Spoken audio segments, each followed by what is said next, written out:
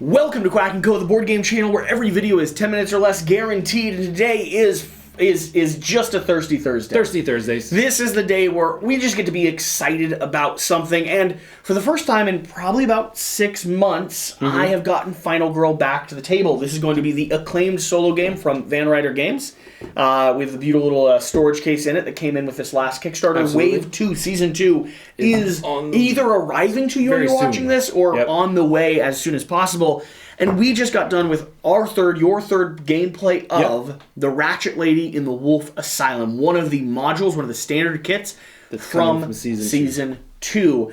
I almost want to set up and play again. I'm curious to see if we're going to do some mixing matching here because we still have all of Season 1 that we could mix in there. I know, it's beautiful, right? Oh, right? It's so succulent. But, West, I've got two things to talk about in Thirsty Thursday. Let's talk about it. First off, this game, 2 players. Amazing. And then second off, why I love this game. I feel like we just sat here for the last 45 minutes and watched a story unfold. Oh, definitely. And it was epic and it was beautiful. Like, you could literally, if you're a horror movie genre creator, a little indie artist that does like these little flick films, you could literally play this game and then just recreate that thematically on set, and you would have an amazing story almost, if not every time. For sure. I don't know why people don't do that. I'm not sure.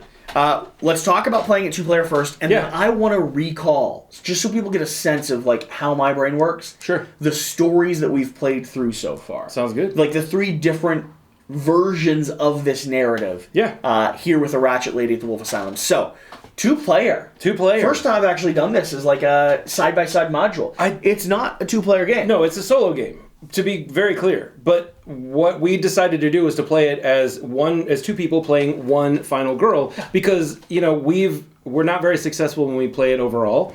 If we have the opportunity to potentially put 2 brains together, 2 Quackalopes are better than one, hopefully. And it proved to be true. We're basically playing it as a cooperative experience. We're talking through our cards, we're deciding where to double down, but also we get the chance to double up on rules together, so we're not missing things.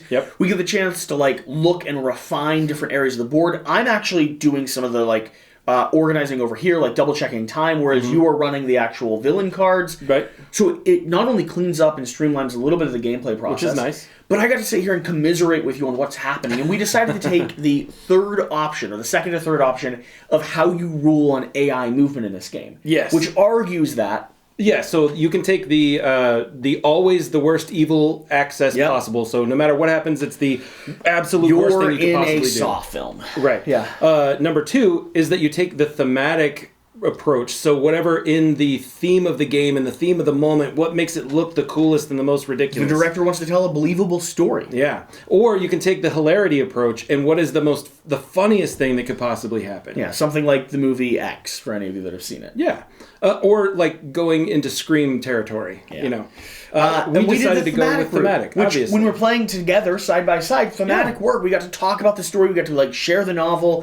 One of the things that I have loved doing when I play this game has been playing it on camera, because then I almost feel like I have another person there. Yeah. I am sharing, I'm explaining, I am making sure that I'm talking through what's happening on the board, and I got to do that right next to you here. This was by far one of my favorite ways to experience Final Girl. I completely agree with you. It was wonderful. Okay, let's talk about the theme. So you did 2 gameplays. Tell me the story of what happened in those. Yeah, okay, so the first gameplay that I did, we had a scenario where the lady sat back, so our Ratchet Lady's the main one. She sat back, she just sent minions after me constantly, and no matter what I did, she was turning all of the victims into minions, and I was trying to save them as fast as I possibly could, and then I got overwhelmed with minions, and then she ran from one side of the building to the other, because the minions just hears you and sprints down the hallway. Think parkour zombie, just flew from one side to the other and then just instantly decimated me with her hooked arm just up through your chin. Because she attacked me for one. There was a minion in the location which also attacked me because of a terror card, and then she attacked me 2 times after that, and then I was completely destroyed and I had nothing left. That's awesome. Yeah.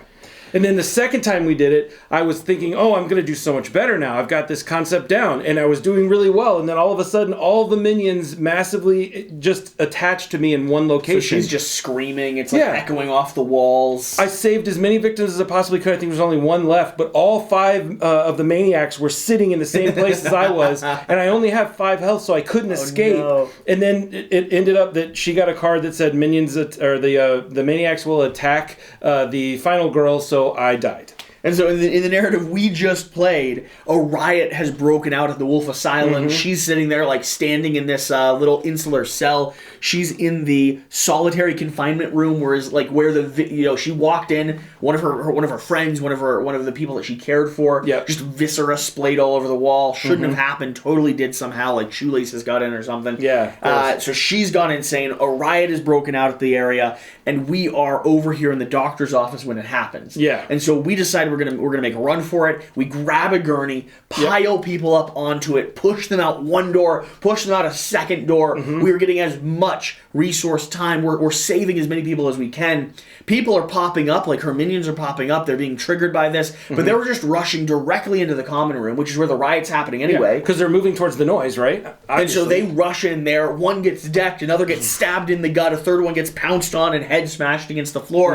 And we use that moment to split down, break open the solitary confinement room, smash her against the wall, and then just start beating her face. Like holding the gurney, we're just pummeling her from the other side until finally she just slumps down on it, like blood dripping down. And she like screamed at one point and tried to call the maniacs in with her. So one came in right at the very last second as she breathed her last breath. It was like as the whole asylum was going silent, because everyone had either left, been killed, or turned crazy. The last 2 maniacs are running to the room to try to save her. And then she dies, and then they all of a sudden go, like a veil's been lifted from their face, and then they would be, in theory, back to victims again.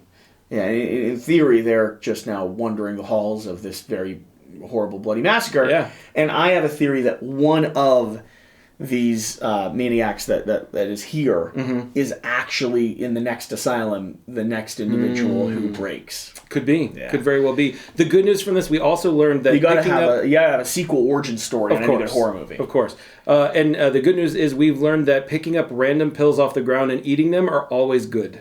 We did learn that. Especially at an asylum. We did learn that. Made always us good. More insane by far. Yeah. It was the absolute best thing you could possibly do is pick up random pills. We didn't have any side effects. None. Yeah. It was amazing. We didn't always combine medicine. Right. It's always positive. That's the key. No combining. This is why I like this game. I just wanted to freak out and share and talk for a second. All right, we're going to figure out what else we're going to set up, and we're going to play another one.